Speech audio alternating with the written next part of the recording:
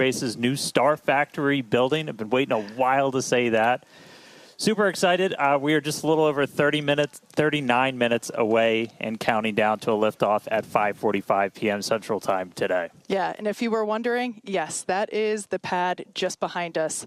Now, just over 1 month ago, we saw the second ever tower catch of the Super Heavy booster there at that pad. And that was also the first ever flight of the next generation of ship, which successfully lit all 6 Raptor engines and flew for several minutes before contact was lost. That's right. We completed our investigation following that mission, made a number of hardware operational changes for today's flight. We're going to detail all of those in just a few minutes. Important to remember, though, progress in a developmental program like this one, it's not always linear. There's no comparison, though, for putting that flight hardware in a flight environment to learn as fast as possible. And as always, primary payload for Starship Flight Test Campaign is data. The objectives for today's flight will look very similar to Flight 7. We're planning to deploy simulated Starlink satellites and fly a range of experiments. We've moved a number of tiles from ship. We've removed a number of tiles from the ship for reentry testing. We will also intentionally be stressing the flaps during reentry so we can test the limits of ship before we get ready to attempt future ship catches. So lots of new testing happening today, and as always, excitement is definitely guaranteed. And just checking on things at the pad real quick as we're under 38 minutes away. We are tracking to 5:45 p.m. Central Time liftoff. We've got a window all the way to 6:30 p.m. We have started prop load. You'll start to see those frost lines building up on both Super Heavy and Starship. We're not tracking any technical issues, any range issues, any weather issues from a launch at that 5:45 p.m. mark. So we are loading prop on the vehicles, looking good for a launch in just a little over 37 minutes. Now, let's meet today's vehicle on the pad. It's the world's biggest rocket, Starship. Yeah, you see it there on your screen, but to get an even better sense of how big Starship is, let's start with the average size human, which is about 2 meters high, or a little over 6 feet. Towering over our human is the length of the Millennium Falcon, which comes in at 35 meters.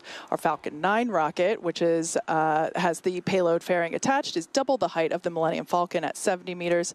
And twice nearly the size of that is the fully stacked Starship, just over 123 meters tall. The ship is about 52 meters tall, and the Super Heavy booster alone stands at about 71 meters. So it's pretty big. And we do have plans to make this ship and booster even taller in the future, if you can imagine.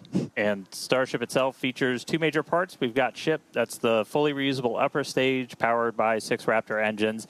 And then we have the Super Heavy booster, that's fully reusable first stage with 33 of those Raptor engines powering it. Super Heavy, the most powerful rocket ever flown. It's designed to launch, return, refuel, launch again with 0 refurb.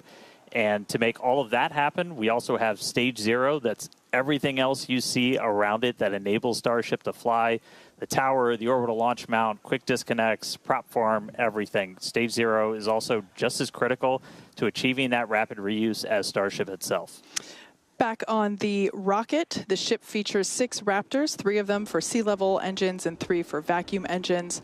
Raptor Vacuum, or RVAC, is a similar design to the Raptor engine, but features a larger exhaust section and a larger expansion nozzle to maximize the engine's efficiency in space. It's also designed for vertical takeoff and landing on any hard surface, useful for when you're taking off from a place like Mars that's still waiting for its first launch tower. And that ship is outfitted with 4 flaps that are used to control the vehicle's attitude during subsonic flight and to enable a precision landing. The 2 upper ones are right here.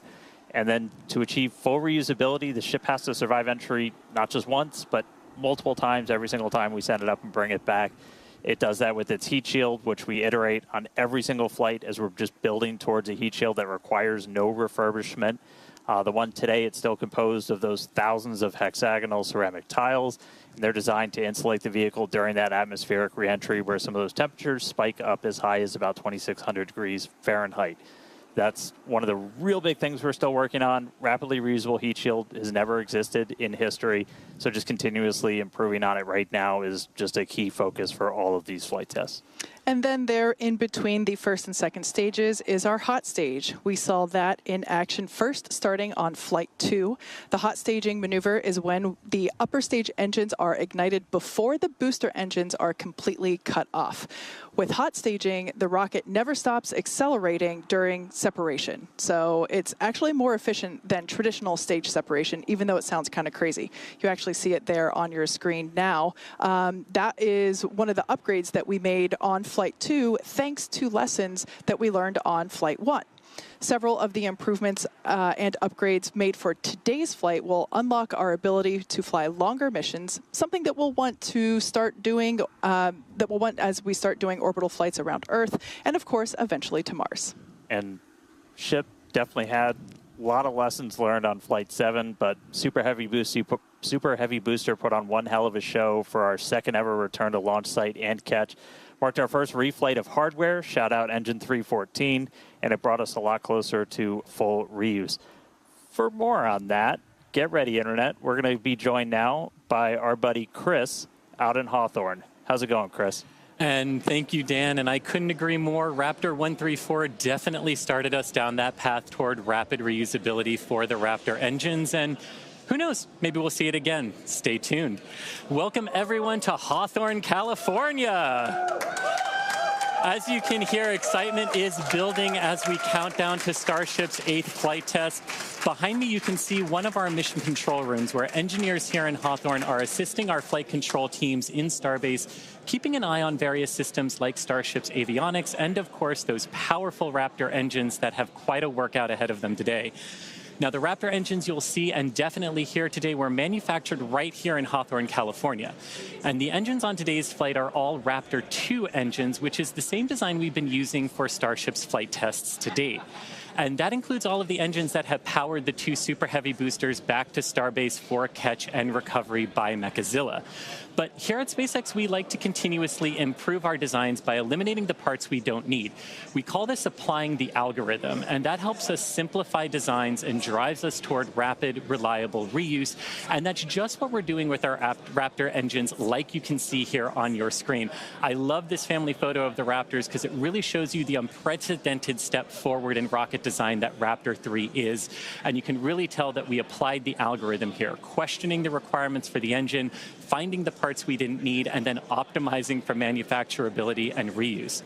Now, one of the cool things about Raptor 3 is that it eliminates the large and heavy engine heat shields, which means that when we move from the Raptor 2 to the Raptor 3 engines on Starship, each Raptor 3 engine is going to save us about 1.1 metric tons of mass, and that's a lot of mass when you multiply that by 39 or more engines.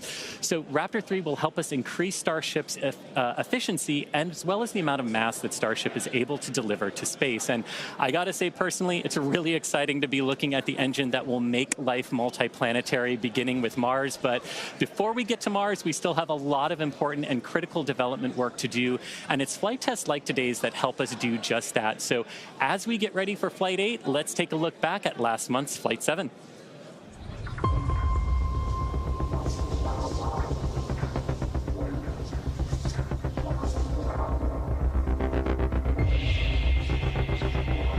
Flight directors, go for launch.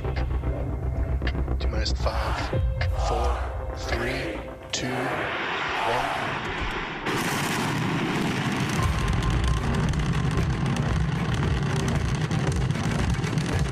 We have one.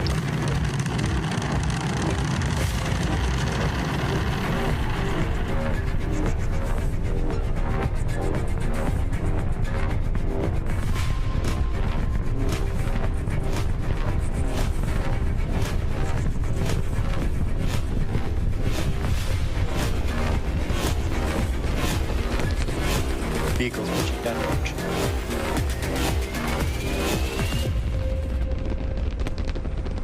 Max Q. Booster engine cutoff. Stage separation. Goose pad fire startup.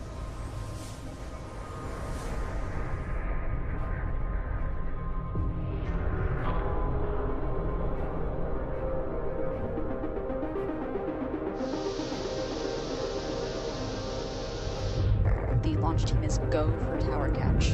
We are go for booster return.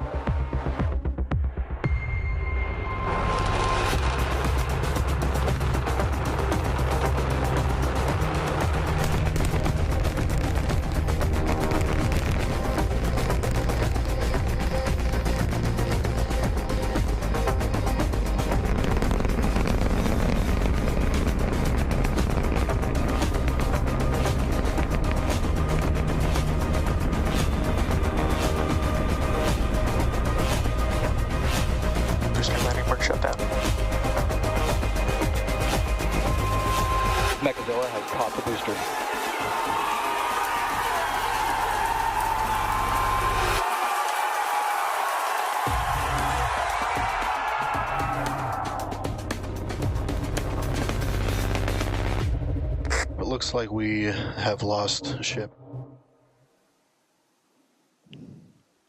Oh man, seeing that recap, my hands got sweaty again in excitement watching that and in anticipation knowing that we're going to hopefully get to experience booster catch again. I know seeing my first booster catch, I'll never forget. There's nothing like it. Yeah. Nothing on the planet. Now, using the data from Flight 7, we've made some key improvements under the hood for today.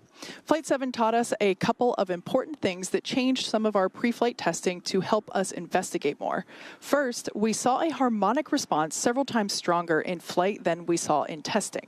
And harmonic response, in this case, it's essentially vibrations that we're seeing go through the structure. Rocket engines, as you can imagine, create an incredible amount of noise and vibration, which then passes through every component of that rocket. And on Flight 7, we saw those vibrations happening at a very specific frequency, and they were placing some extra stress on that hardware in Starship's propulsion system. This is most likely what led to propellant leaks that we saw that eventually cascaded into fires and ultimately ended with loss of contact with the ship. As part of our investigation, our team at Starbase took this flight's ship through a 60-second static fire on the Starship test stand, which is 10 times longer than any previous static fire.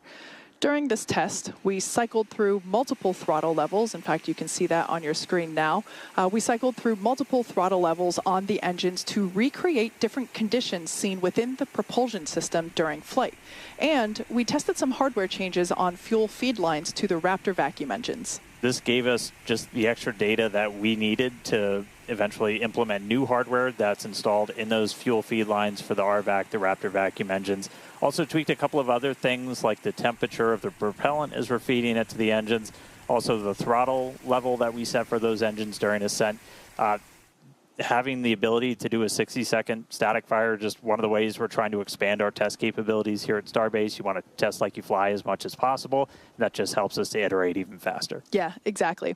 The fuel feed lines to the Raptor vacuum engines, which are unique to this upgraded version of ship, look like large straws running through the oxygen tank.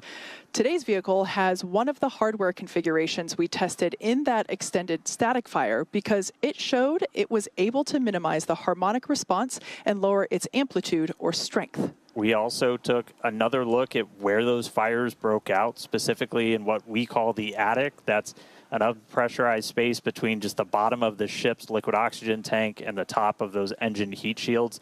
Fires in that space resulted in a loss of vehicle back on Flight 2 and also on Flight 7. So we took some steps to make it more resilient to leaks in the future. To do that, we added a pretty hefty purge system. It's going to use gaseous nitrogen. It's pretty similar to the CO2, the carbon dioxide system we use on booster. It essentially just floods the zone with an inert gas to prevent a fire from ever starting. And then in addition to this, we increased the attic's natural fire defense just by adding some additional vent holes. That helps to keep the attic pressure as close to just vacuum as humanly possible as Starship flies into space.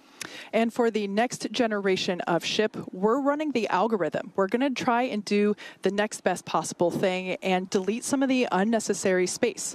So that ship will be using Raptor 3 engines, which will let us reduce the attic volume and eliminate the majority of joints that can leak into the space. In the end, what you're seeing take place with these changes is the core of our test program. We fly hardware all together in a real-world environment. We learn from the data, we make upgrades, and then we fly again. Ultimately, we fly to learn, and we're learning a lot. That's right. Now, for today's flight test, we're going to be attempting to do everything we didn't get to do on Flight 7. We're still looking to get our first re-entry with this upgraded version of ship.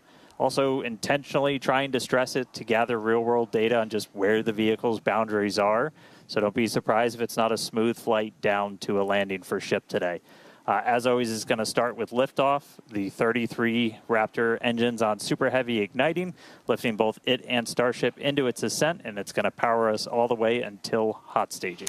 Yeah, those engines on the ship will ignite while the ship is still attached to the booster. This will create that stage separation that we see there. Second stage will continue to go on its way. The booster will make a flip and come back here to the launch tower just behind Dan and I for hopefully what we will see the third ever booster catch. Meanwhile, ship continues its ascent, gets into its suborbital place in space. We're going to have a test satellite deploy, pew-pew, Starlink's firing out. And then we're also going to do a Raptor relight, relighting one of those sea-level engines before we get to ship re-entry. Troubleshoot by the state machine. And the ship will continue through, make its entry phase that lasts for a few minutes.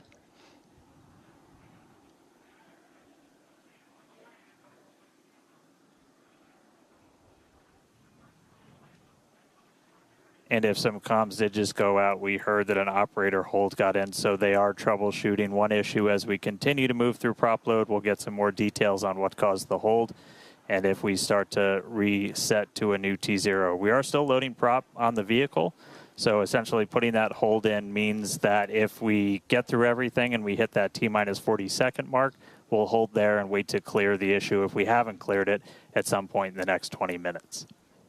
Yeah, for those that are unfamiliar, that T-minus 40-second period is an opportunity to troubleshoot, unlike our Falcon timeline. So we do have a little bit of leeway. Yeah. Continuing on with today's plan, that ship will be making a soft splashdown in the Indian Ocean, as we have seen before. We are launching at 5:45 p.m. Today. This evening launch will allow us to have daytime views of the ship as it makes its splashdown. So, yeah, good news. It's a lot on ship's plate, but we're still hyper-focused on finding all of those real-world limits of Starship. We want to be able to prepare to return ship to launch site and catch it. A lot of these recent upgrades are just made to enable that to actually happen. Flight 7 premiered a huge block of upgrades to the upper stage to add more capability to Starship. And with Flight 8 today, we're hoping to get through a full flight. Starting us off, the forward flaps got a redesign. They shrunk in size and shifted toward the top of the vehicle and away from the heat shield. And that will significantly reduce their exposure to re-entry heating. Also, by making Starship 2 meters taller, we added about 25% more propellant volume, along with propulsion upgrades such as vacuum jacketing of the feed lines, new fuel feed line system for Raptor vacuum engines, and an improved propulsion avionics module. Yeah, ship got a little bit taller. That extra prop's going to allow us to fly those longer missions. We're not planning on stretching it a whole lot more beyond this in future ones, but then, you know, once we're flying the next version a lot, it'll be going. Just like the previous flight, a lot of tiles have been purposely removed. Again, we're trying to stress test all of the vulnerable areas, call this the missing tile test. Those tiles are removed in strategic locations all across the vehicle, including critical areas like those tanks and over the flap seals, as we use this flight to just really push those boundaries.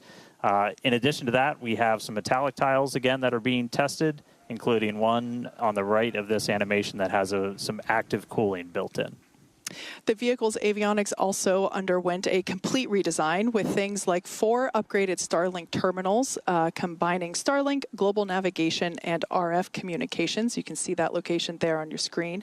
And on the sides of the vehicle, non-structural versions of the ship's catch fittings are installed to test the thermal performance, along with a smoothed and tapered edge on one section of the tile line to address hotspots that we observed during Flight 6. And once more, we're back at testing some radar sensors on those tower catch arms. We did that last flight. We're doing it again as we look for some additional ways to measure the distance between the arms and the vehicle. Catching the ship's going to be pretty different from catching the booster. It does that flip right before, so your antennas are going to rapidly reorient. And so just having any extra sensors on the ground side, you're adding extra layers of control while the ship and tower talk to each other for a catch. In another first, Starship will deploy 4 Starlink simulators. They are similar in size to our next-generation Starlink satellites. With unparalleled payload capacity and full reusability, Starship will be able to deploy our more advanced V3 Starlink satellites, which will revolutionize global connectivity with Starlink all over again. Each one of those Starlink V3 launches on a Starship is going to add about 60 terabits of capacity to the Starlink network. To give you some context, that's about 20 times the capacity of what we're adding with every V2 mini launch in a Falcon 9 right now. That's going to help us expand Starlink's network, expand its impact in the coming years as we expand that access to high-speed internet all around the world and eventually beyond. And the Starlink simulators that we're deploying today, they're going to be on the same suborbital trajectory as Starship. We expect them to demise as they enter in the atmosphere. And then Starship's trajectory itself looks very similar to our last several flights, splashdowns targeted in the Indian Ocean. And on top of all of that, we're also going to relight a single Raptor engine again while in space. We're just trying to get data on in-space Raptor burns. You're going to need those for deorbit burns when we're doing orbital missions, and eventually when we're doing missions way beyond Earth and we're on our way to Mars. Yeah, so just like you said earlier, Dan, there's a lot on Starship's plate for today. But one of the hallmarks of these Starship flights are the incredible views that we get throughout the flight, courtesy of Starlink. Every day, we're working to expand the Starlink network both on Earth and in space. For how all this connects us to the big mission, let's head back to Chris. Thanks, Kate. And as fans of Starship may know that Starlink enables us to bring you a lot of those unprecedented views, both from space and on Earth. Personally, I love all those epic views of the plasma wrapping around Starship during re-entry. So thank you to our Starlink teams who enable all of those amazing views and the information we get. Now, in addition to the dozens of cameras on Starship itself, as you see on your screen here, we also have mobile Starlink camera kits deployed in the middle of the Indian Ocean, as you're seeing from a previous flight. Starlink also allows us to connect our aerial cinematography units on the ground at Starbase and at other strategic camera spots around Texas and the world. And that's all part of how it comes together to help us tell the incredible story of Starship, both on and off the planet. So thanks to Starlink, Starship is now capable of streaming more than 120 megabits per second of real-time, high-definition video and telemetry through every phase of flight. This not only provides those incredible views of re-entry for all of us, but also the invaluable engineering data to help our engineers rapidly iterate across all systems of Starship. And all of that streaming data today will be put to good use with the more than 30 cameras that are on the vehicle for today's flight. Now, Starlink is the world's largest satellite constellation operating in low Earth orbit to deliver high-speed, low-latency broadband internet. This provides internet access to people around the world, many of whom have never had connectivity before. As of today, Starlink is serving more than 125 countries, territories, and other markets, and has more than 5 million active customers and counting. But to meet the growing global demand for high-speed internet, SpaceX recently expanded its factory at Bastrop, Texas, and introduced Starlink Mini as well as an upgraded version of the Starlink standard kit. Here's our first ever look inside our brand new Bastrop facility. There's like an interesting stat where like the odds of being struck by lightning in your lifetime are like about 1 in 15,000. And we make 15,000 dishes a day. If the odds of a defect happening are the same odds as being struck by lightning in your lifetime, it's almost guaranteed to happen one time in this factory a day. So you have to have like a very intense focus on quality. Right now, we're in Bastrop, Texas, at the Starlink manufacturing site, just about 20 miles east of downtown Austin. So the main function of this site is to produce our standard Starlink kits. Right now, we're producing 15,000 a day straight out of the factory. Raw plastic pellets come in, raw aluminum comes in, and we make those into the Starlink kits and then ship them right out to customers' homes. When you manufacture the product that you design in-house, you're forced to live with the mistakes. What that means is that you're very motivated to quickly innovate and iterate such that you can rapidly improve the process. Our previous generation of the production line was maxed out in terms of capability, and the demand for Starlink has kept growing. So when we sat down to go design this factory and this version of our production line, we were really forcing ourselves to innovate.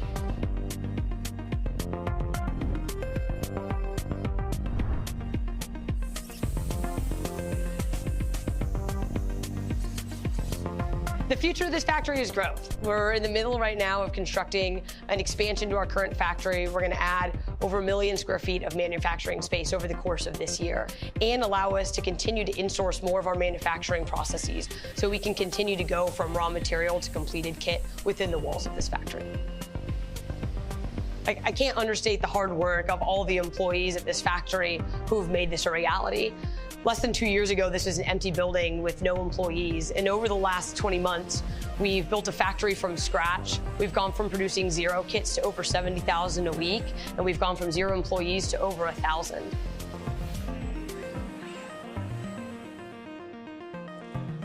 And it is incredible to see all of the tech in that facility that will help millions of people around the world, the way they want to use it and the way that they need to use that technology. Definitely a lot of good things to come from our Bastrop facility. And while we're talking about the infrastructure that enables us to do all of these amazing things, you've probably seen some changes recently around Starbase. Coming online this year is the second tower at Starbase, and this tower has redesigned chopsticks and is built to accommodate the next generation of Starship and Super Heavy. It will have a redesigned launch mount and flame diverter system built to be rapidly reusable and hardy enough to withstand hundreds of launches at a time. Now, over at the production site down the road, we're also building a new integration and refurbishment facility called Gigabay. And Gigabay, as the name implies, will allow us to process more Starships at the same time over our current Megabays. But Gigabay isn't just for Texas. If that weren't exciting enough, we're also further expanding Starship operations into Florida, bringing production and launch capabilities to the Space Coast. As Starship flight testing, development, and launch cadence continues to pick up pace at Starbase in Texas, over in Florida, we're building a Gigabay as well. Gigabay will stand 380 feet tall and will provide about 46.5 million cubic feet of interior processing space and about 815,000 square feet of workspace.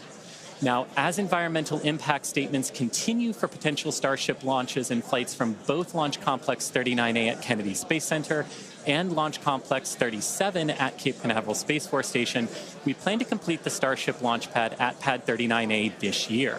And pending the completion of environmental reviews, SpaceX intends to conduct the first Starship launch from Florida from Launch Pad 39A later this year.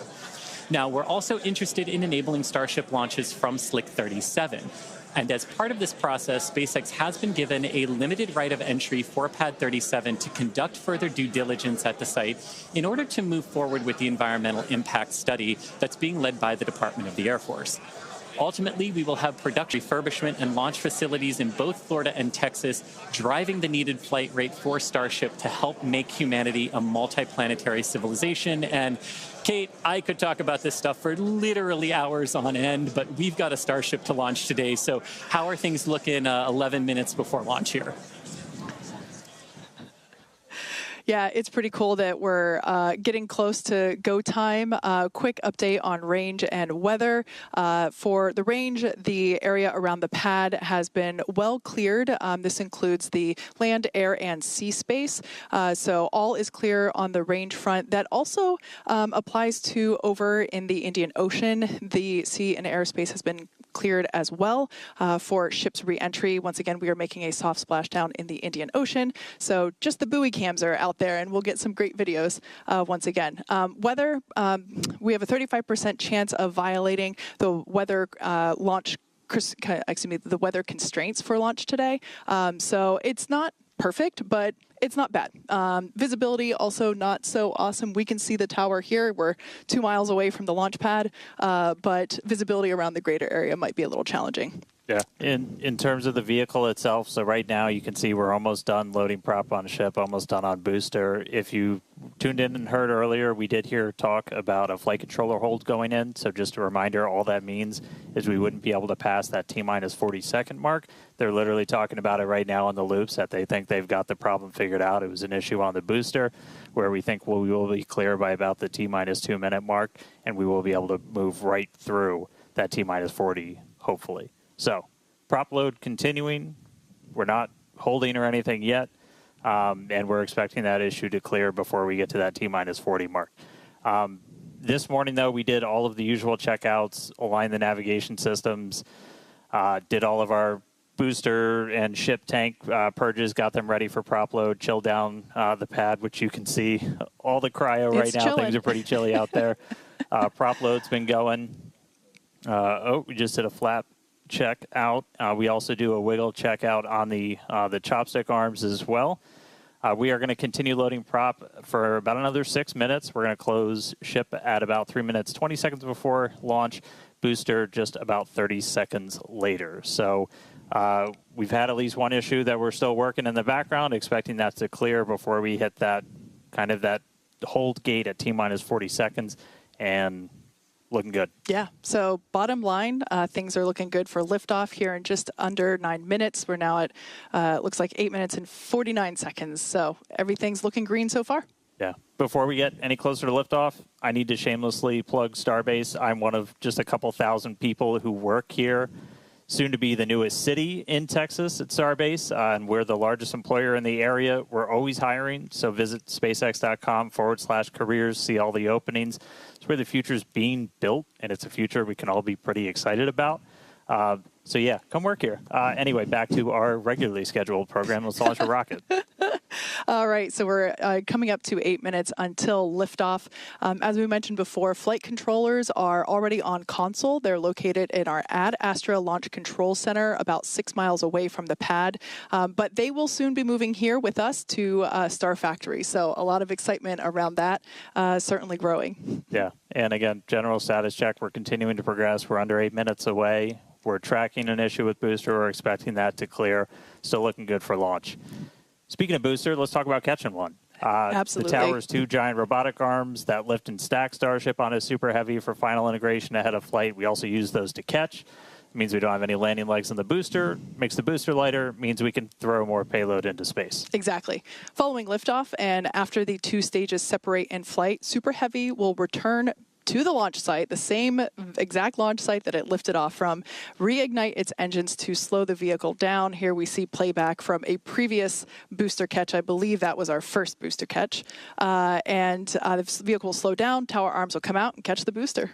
And just like the last few times, literally thousands of different vehicle pad criteria have to be met before we bring a booster back and try to catch it. We need healthy systems on Super Heavy, on the launch tower, and we need that final manual command from the mission's flight director for the day.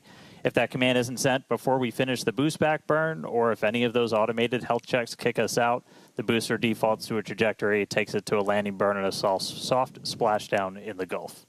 Yeah, we have said it multiple times before, but it still holds true today. We accept no compromises when it comes to ensuring the safety of the public and our team, and the return will only take place if the conditions are right, and there are many of them. So there's a chance that we may not get to catch the booster today. Yeah, and one aspect to the return and the catch of that booster is the audible sonic boom in the area around the return location that happens as the booster's slowing down from supersonic speeds. It's similar to sonic booms that were heard during the return and landing of NASA's space shuttle for anyone that was in Florida for those. Sonic booms like these are unique to vehicles returning from space and are one of the hallmarks of reusable systems like our Falcon 9 and Falcon Heavy vehicles. The general impact to those in the surrounding area of a sonic boom is basically a brief thunder-like noise. And I've heard sonic booms before, but I got to experience my first in-person Starship sonic boom on Flight 7, and I can confirm it's pretty fun to experience.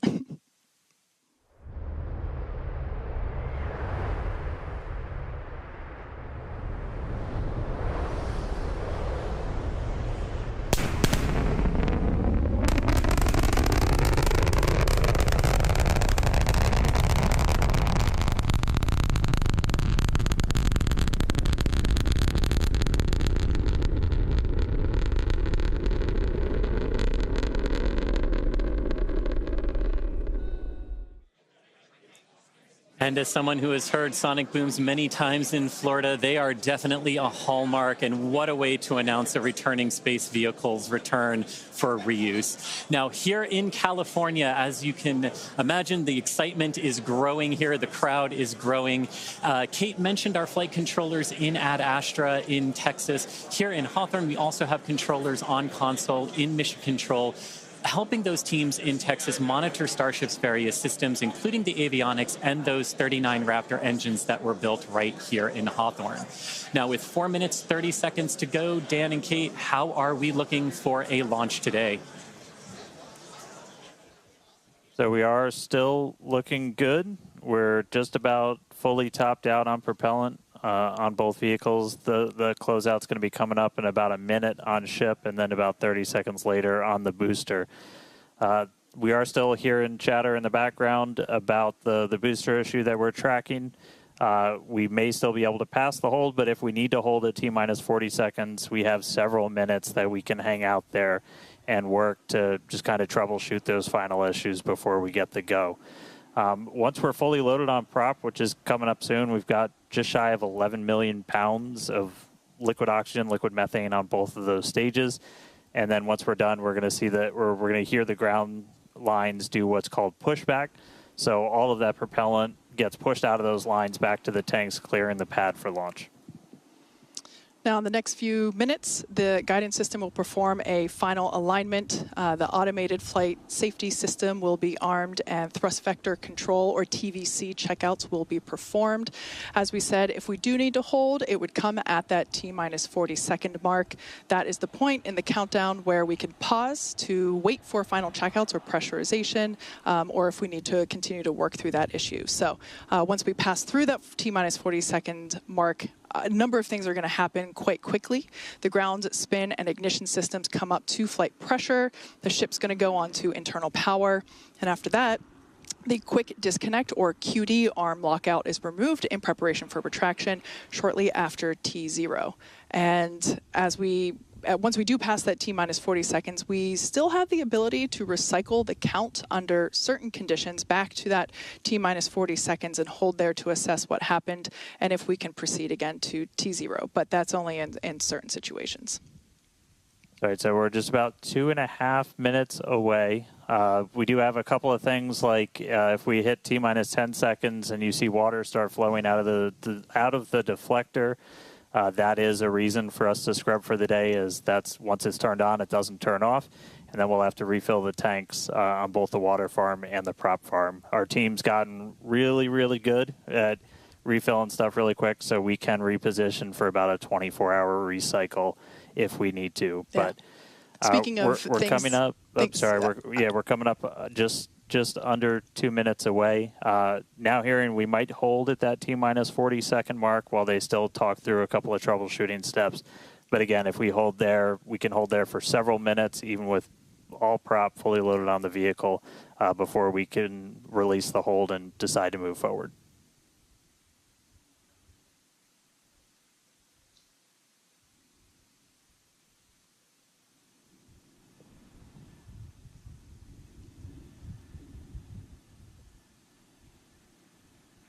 All right, less than a minute and a half away. Again, keep your eye on the clock. Look for T-minus 40. We may hold there. It's not a rocket launch unless you're talking nonstop in the background until right before you lift off. Once again, if we hold at T-minus 40 seconds, we have an opportunity to hold there for several minutes. This is unique to Starship. We don't have this ability on Falcon. As we're about 15 seconds away, we did just hear we are going to hold at T-minus 40. So look for the clock to pause when we hit T-minus 40 as they finish troubleshooting. And then we'll let you know as soon as we start hearing more, and if when that clock's gonna start rolling. So holding at T-minus 40. So the team's talking in the background, still troubleshooting. And we can hang out here for a couple of minutes.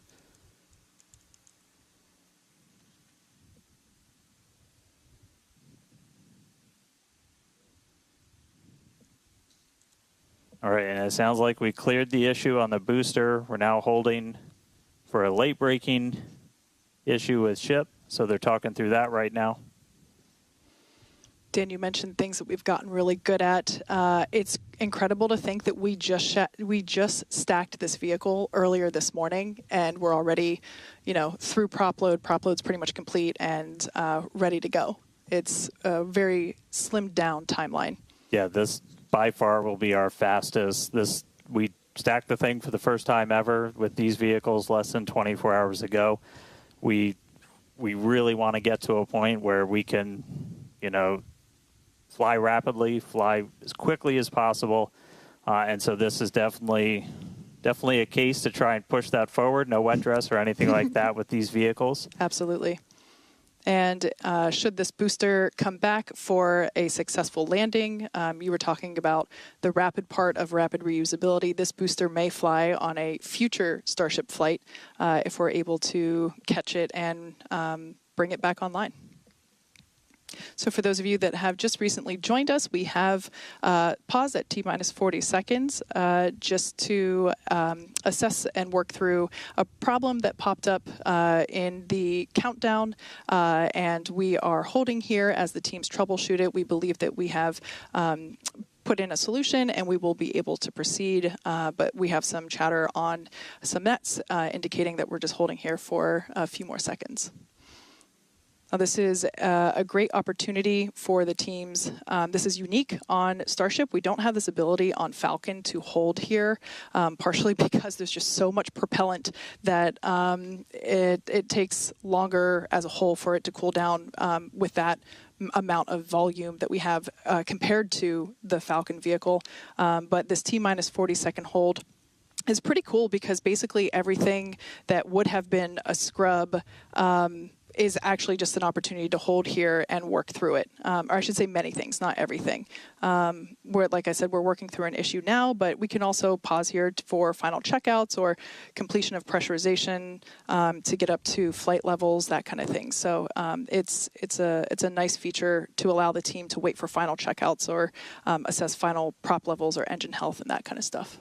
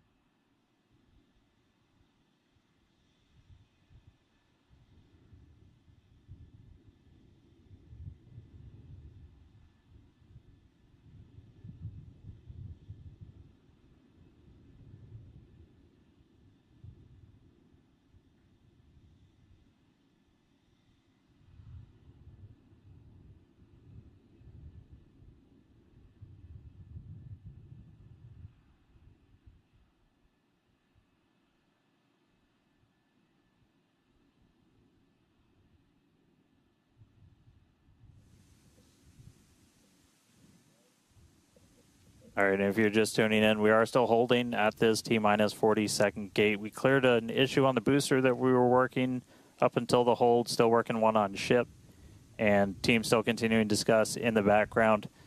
We can still hold here for several more minutes. If we're not able to resolve the issue or find a workaround, then we would have to essentially scrub and stand down for the day.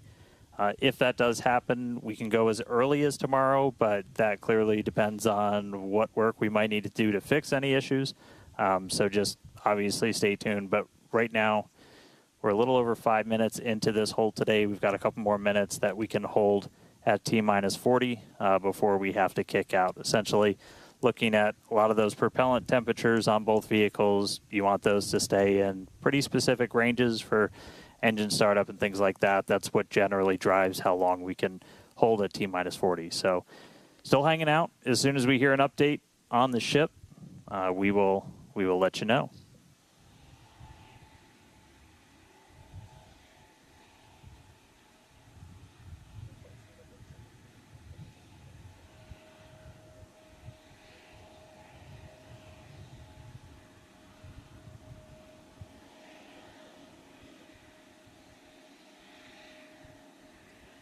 Starting to sound like we might have a decision real soon.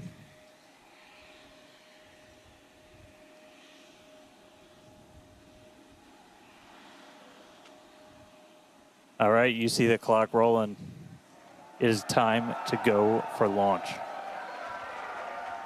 So, 30 seconds to go. Oh. And we just heard a hold. So we kicked. Psych. No. So we did kick out back to the T-minus 40 hold.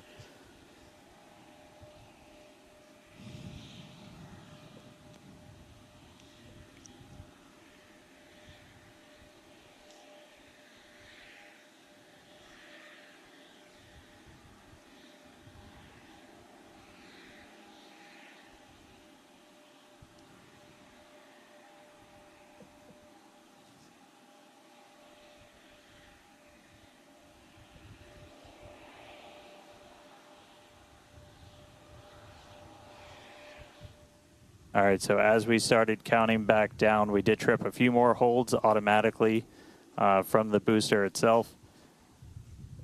So we are now going to hang out here again at T-minus 40. They've got a couple more troubleshooting steps that they can take. If we're able to get through that, we can start counting down again. If not, we could always offload and try again on either tomorrow or another day. But right now, we're not done for the day yet. Still holding at T-minus 40 seconds. And as soon as we hear some more or start seeing that clock move, you will know if we're going to go for our launch attempt today or if we just try it again another day. So keep listening in, and we'll have an update shortly.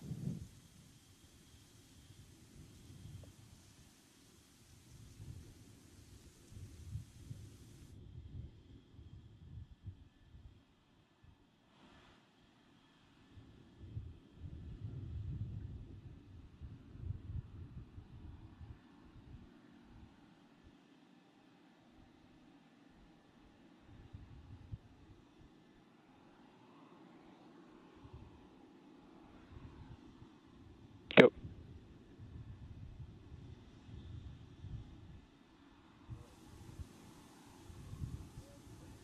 All right, and we did just hear the call. We are going to offload for today. So we had a couple of holds trip as we started counting down from T-minus 40 again.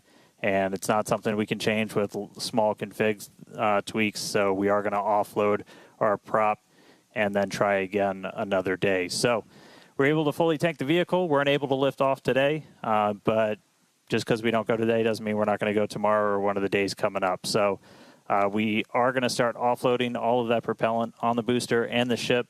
As we talked a little bit earlier, we can go as soon as 24 hours later. We won't know that for sure until we dig into everything that kicked us out of our attempt today. So obviously just keep an eye on all of our updates. So we are expecting could be about 24 hours, but we will definitely let people know. Yeah. So we want to thank everybody for tuning in. Unfortunately, we would have liked to lift off today, but the teams are doing the right thing and standing down while we troubleshoot, and we'll share more information as it becomes available, including when our next launch opportunity is. So be sure to keep an eye on our SpaceX account on X, and as I said, we'll share more information as it becomes available. All right. Thanks all for joining us today. We'll see you at the next attempt.